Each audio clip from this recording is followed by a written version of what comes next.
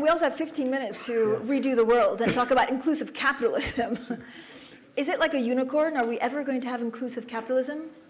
I think attaching the adjective inclusive to capitalism is a judgment around what capitalism really is. Capitalism is certainly a profit-making enterprise, but it doesn't mean that it hasn't generated wealth and capacity in people for a long time. What we're talking about is the inequality that's persisting today, and that doesn't make capitalism bad. It just means it needs to be fixed in a way that makes it more just and equitable. But calling it inclusive capitalism almost unpositions capitalism in people's minds as being something wrong. It's not a bad thing. It's a good thing. That's how we got to where we got and how we get prosperity. Can we do it better? Can we twist the dials? Can we improve it? Yes. How can we do it better? People feel left out. Why do they feel left out? Well, you'd feel left out if you weren't benefiting and you see other people who are making much more money than you, who have access to privileges and capacity and capabilities you don't have. If you can't get access to a loan to become an entrepreneur, right, or you can't get access to the right kind of jobs, or you can't get access to be able to travel when you want, then you will feel left out. So inequity in all forms, whether it be gender inequity or economic inequity or social inequity, will make people feel left out. So the trick is to recognize that you have to work hard to get those people to feel like they belong, and that you can give them the space for that. So what should we call it? Fairer capitalism? What would you call it? Just capitalism.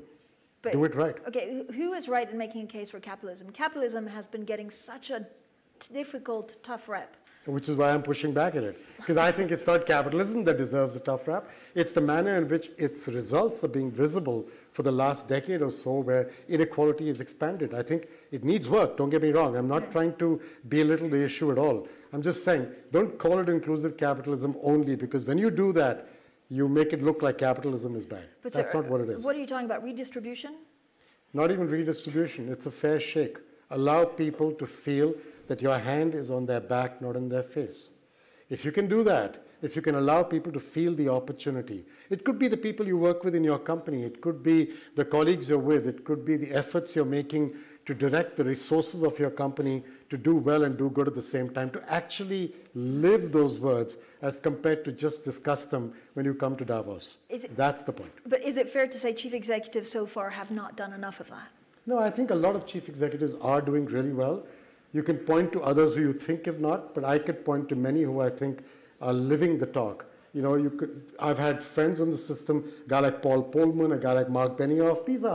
They care, and they are showing it with how they're diverting their company's resources, and in the case of Mark and Paul, their personal resources as well. So that's just two. You could pick more. What does a leader need in 2020? Is it a set of, a moral compass? Is it something else? Is it? Well, you need to survive.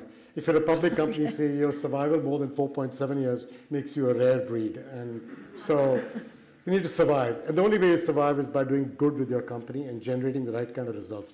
Again, I think in capitalism, you have to win. You've got to generate profits. You've got to have margins. You've got to win. You've got to grow revenue. All that is important. But if you take the false premise that social purpose and profit generation are antagonistic, then you got a problem. In actual fact, they're intertwined. And the intertwining, the glue that holds it together is what we call DQ, which is, IQ, EQ, DQ. IQ and EQ are your standard managerial practices. DQ, which is not Dairy Queen, but that's not a bad place. DQ is decency quotient. And the idea is that if you bring your decency to work, which means you care deeply about the people you work with, for the people you impact, and you give them the feeling of the hand in your back, not in your face, then you can make a difference to them by the actions you take. And I could give you many examples of that in which our company has taken some leadership positions. Give me one. We promised in 2014 at a IMF World Bank meeting, I made the mistake of saying, we found a way to get 500 million people to include them. There were 2 billion people at that time who didn't have a bank account or a formal identity. And I said, we'll find a way with our partners to get to 500 million. I had no idea how we'd get there by 2020. We've got to 500 million. And to go from 0 to 500 million in these 5-6 years, we've learned a lot along the way. But we've got 750 programs in 80 countries where people are accessing for the first time a proper account on the cloud, account on a phone, using your fingerprints, using a card, bumping your forehead, whatever the new technology is. they're doing that. And that changes their life. If you can be a small micro entrepreneur in Kenya, and you can get access to credit because we digitize the records of what you've been buying from Unilever, which, by the way, is an actual example of what we did with Paul Polman when he was there, and now with Alan. That's an example. And now 20,000 micro entrepreneurs in 6 months in Kenya are getting access to credit from banks, which they never had earlier. Unilever sales are growing, the banks are getting repaid, those people are happy, the government is happy. I believe you can do all that and do it in a way that makes sense for your business. Why do not more people in the US have bank accounts? Oh, well, the US itself has a relatively, about 20-odd% of the population is underpenetrated in bank accounts. The question really is, what do you mean by a bank account? If you consider a bank account to being, I walk into a branch and I've got to open an account and get a checkbook and get a card from them and so on, that's a fully loaded bank account. It's got an expense. Most banks then want you to have a certain amount of balances with them. Yeah. There are lighter versions of those bank accounts, a prepaid card. So, for example, Walmart. Walmart has 1.1 million employees in the United States. 660,000 of them get their salary every week and every 2 weeks on our cards, a prepaid card. That's an account, and it's basically free. They don't have to go and take a check and then go and give it to a check casher to get their own money. And that's the logic of how it works. You don't have to have a bank account. You need an account where a bank is the fiduciary who's helping you manage it. It feels like there are so few politicians around the world that are pro-capitalism, or at least that will say it openly. Who needs to be the champion of capitalism? Well, when you're living in an age of populism, which I think has come about because of the inequalities that we were talking about, it's very hard for a politician to swim against the tide and say, no, wait a minute, I'm not. That's why I'm not a politician. I'm a CEO, I can say it. And I would tell you that I don't expect any of them to do this alone. I think it's our job as much as it is theirs. It's yours, it's mine, it's media, it's CEOs, it's social society, it's NGOs. We all need to just think about the fact that if there is not enough money available in the world with governments, or even to be redistributed, to solve the problems we're trying to deal with. Inequality, climate change, gender equality, all these are not going to get solved just by dishing out cash. We need to find ways to give people the opportunity to succeed so they feel the dignity of their own effort. And that is what they want. They want a level playing field. They don't just want a free handout. And I think that's a deep issue that cannot be solved only by redistribution. It requires all of us to innovate and work together. That's why people talk about public-private partnerships. I say it's not just public-private partnerships, it's private-private partnerships as much as it's public-private partnerships to get scale. I was giving you the example before we started of Levi Strauss, and Harmeet is here, he's the CFO there. This is a private-private partnership. They have garment workers whose salary has been digitized in the first pilot we run together. We're doing it together. I tell you, it changes the lives of those garment workers because one, they can't get taken advantage of. Two, they get their salary from the company straight into a card or a phone. Three, you can start building a credit history or an insurance history out of that by digitizing it. That's an enlightened company. That's the idea. Have you ever met a chief executive that does not take care of their employees and that still succeeds? Every CEO will tell you they care about their employees. Why would they not? How are you going to have a workforce that you don't bother or care about? So I think that's a misnomer again. That's like inclusive capitalism. There is no such thing as a CEO who doesn't care after their employees. It just doesn't work. But is there someone that, I'm not asking you for names, but if everyone, you're not going to get a name anyway, if everyone, Ajay, is doing great, right, and everyone's thinking about their employees, why are we in Davos even discussing this? That's a whole different question. But my point is different. It's not that people aren't caring. It's what you're defining as caring might be defined differently by everybody. So to give you an example, again, from our own lives, because the easiest thing to do is talk about your own life, right? When the United States government cut taxes a short while ago, that year, the benefit to us is going to be $450 million.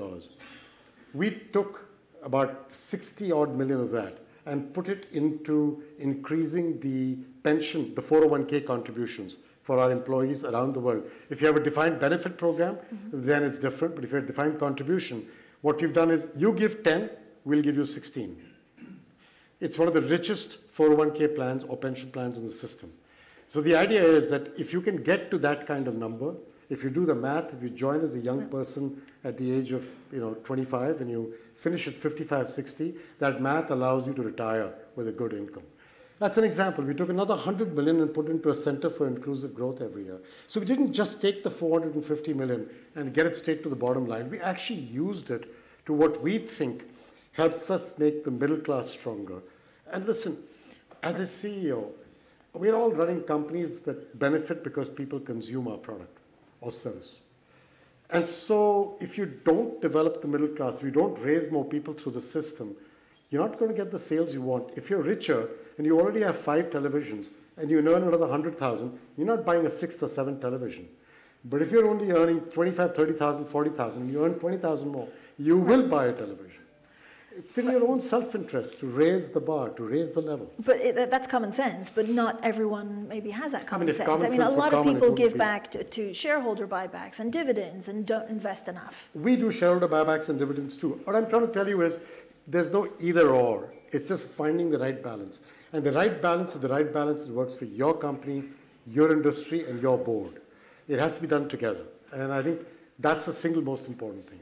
But do chief executives in general need to do more on sustainability and diversity? Absolutely. If we didn't have to do that, we wouldn't have an issue with gender equality in the workplace, right? So clearly we need to do more on diversity. We need to do more on sustainability. Diversity, look, I look different from most people in my company, right? I stand out a mile. But that's not the reason I got my job. My chairman's sitting here. If you ask him, and if I ever was told that I got my job because I looked different from him, I would leave in a heartbeat because my self-respect is important too. I deserve my job.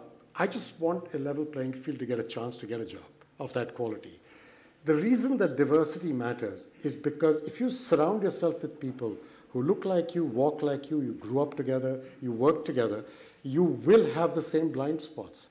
You will miss the same trends. You will make the same mistakes. And so it's in your own selfish self-interest to surround yourself with people who are different from you. I think that's just, all of these things come back to capitalism. Capitalism is about your own self-interest. And in the process, you serve everybody else. What do you think? What do you think your number one role as chief executive is? Is it setting the culture, the DNA, and how do you do that? Culture, or is it profits? Culture trumps everything else, hands down. If you set the right culture, you will win, because what you have to do is to find a way to allow thousands of employees who are not always with you, by the way, they're out there doing things.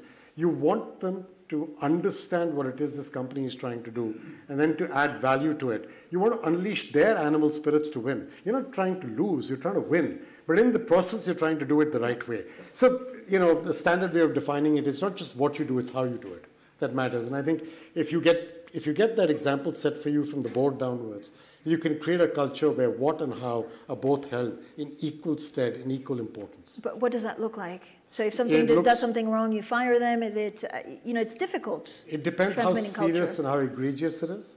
You certainly should fire them for certain things. For others, you should try and educate them. You make a mistake once, it's a good thing. I'm not going to, if you don't make mistakes, you're never going to take a risk. But if you make the same mistake a second time, then I'd like you to go work elsewhere. Is there anything that you would change about capitalism as we're living in 2020? Yes, I'd like to find a way to make it more equitable, which is where we started, right? That part of it, yes, we all need to work at that. Again, how? Is it, is it how you pay your employees? Is it government incentives? Everything. A combination of how you look after your employees, a combination of what you do and how you do it with society, a combination of using your technology and your skills and your people to grow and add value. Like I said, the financial inclusion is again using our technology and skills. We've just announced that we will, with our partners, find a way with consumers to get to planting 100 million trees in the coming years by getting them to contribute. You take a subway, instead of the car, we'll plant a tree for you, as an example. Those are all ways to get people to engage with causes in ways they understand. I think consumers find carbon credits difficult to comprehend. No. Planting trees, they can understand. What's the best piece of advice that you've ever received or ever given to a chief executive that wants to either change culture or become, different, be more equitable? Don't take no for an answer. Were you given it or did you give it? I got it from a guy called Barry Ryan, who was my first boss at Nestle, and I have stood by it every day. Don't take no for an answer. There's always a way to find the right way to yes. There always is. Ajay Banga, thank you so much for joining us. Thank you very much.